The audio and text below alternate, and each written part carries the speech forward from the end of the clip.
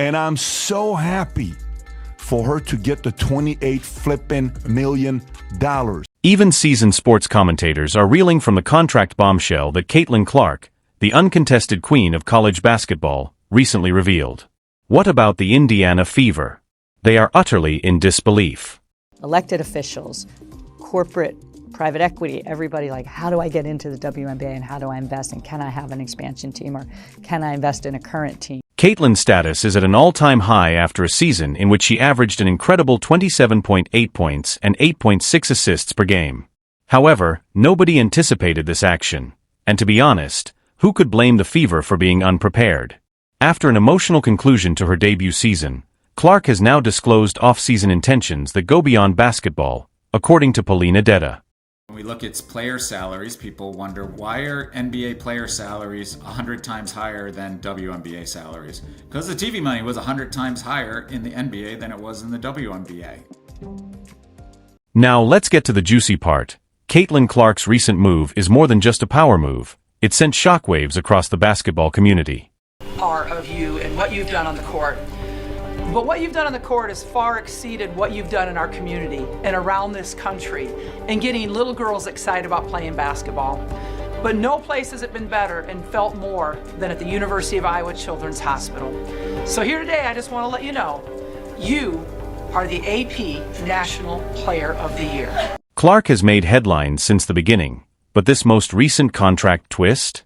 The WNBA never anticipated this kind of high-stakes drama. Her stats speak for themselves. She was responsible for almost 30% of Iowa's offensive output in only the previous season. Nearly one-third of a team's points come from one player? That's elite. Now that a professional contract is on the table, she is said to have obtained stipulations so uncommon that even seasoned WNBA players are looking at her with a hint of jealousy. I'm done with my first professional season and so much has happened and... Rumor has it that her contract included a groundbreaking endorsement revenue sharing provision, the first in league history. Through NIL transactions, Clark made almost $3 million while still in college. Even after turning pro, she appears to have figured out how to continue earning money from endorsements. The WNBA's salary cap for 2024 is only $1.42 million per team. Nevertheless, Clark might be earning more money off the court than her squad as a whole. Give that some thought. As the top pick in the 2024 draft, the Fever were onboarding a brand rather than merely selecting a player. Clark alone has more social media followers than the whole Fever team put together, with over 1.5 million. This contract is about more than simply basketball. It's about influence, business, and a 21-year-old who is completely changing the game plan. The NBA, so I was like, oh, what's she gonna get paid? Because finally, you can get a real paycheck. And then I saw it, and I was like, this can't be right. Because this is what it is. In the first year, Caitlin Clark will earn $76,535. Clark would be eligible for the rookie maximum wage of $74,500 per year if he were selected first overall. Compared to her endorsement empire, that is insignificant. Here's where things get really intriguing though. According to sources, her camp is advocating for a novel business arrangement that would allow them to profit from ticket sales, jersey sales, and even streaming rights. If that's the case, this deal will not only change Clark's life, but it will also serve as a model for future stars who have higher aspirations than the WNBA's present compensation structure permits. Caitlin Clark effect, we now have people wanting to watch golf because of her. We saw the kind of offer that Ice Cube made to Caitlin to play in the Big Three, that is $5 million to play 3 months. To put things in context, the Fever had one of the lowest attendance rates in the league in 2023, averaging just 4,000 spectators each game. However, around 10 million people saw Clark's NCAA Final Four performance. Attendance might be doubled by her alone. Imagine 8,000 spectators per game, each purchasing a Caitlin Clark jersey, snacks, and tickets. Not only does that type of demand finance a franchise, but it might also finance her.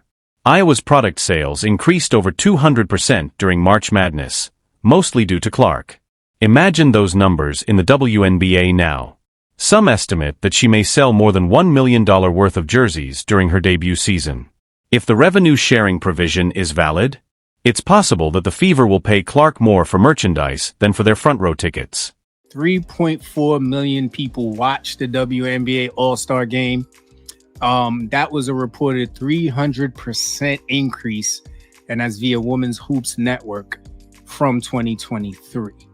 So the game is definitely picking up attention, and we know Caitlin Clark and Angel Reese are a big part of that, but also the current stars who have been... Not only is Indiana experiencing anxiety, but other teams are rushing to modify their draft plans.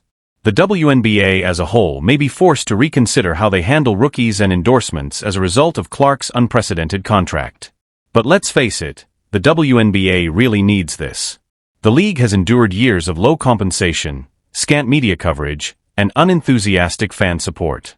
The league has been waiting for Clark's arrival because of his star power and financial acumen. Emergency meetings are apparently being held even by the WNBA front office. If a rookie is already outgrowing the league, how do you manage him? The league may have to completely revamp its compensation structure as a result of her arrangement. The WNBA needs this kind of attention more than ever, even though some people would laugh at a rookie outpaying veterans. Released the All-Star rosters on Tuesday. Both Caitlin Clark and Angel Reese made the 12-women roster that will be taking on Team USA in Phoenix later this month. So the impact of both rookies cannot be overstated. Caitlin Clark is now a one-woman brand rather than merely a basketball player. Nike, Buick, and Topps endorsement agreements are only the start. According to people close to her, she is expected to earn more than $5 million a year from sponsorships alone. To put that in perspective, all 12 WNBA teams have a salary cap of less than $17 million. This implies that Clark's off-court income might be comparable to the league's total salary. Clark will finally have some much-needed downtime after losing to the Connecticut Sun in a bittersweet playoff exit. What plans does she have for the off-season? Perhaps exchanging her basketball for golf clubs, at least temporarily.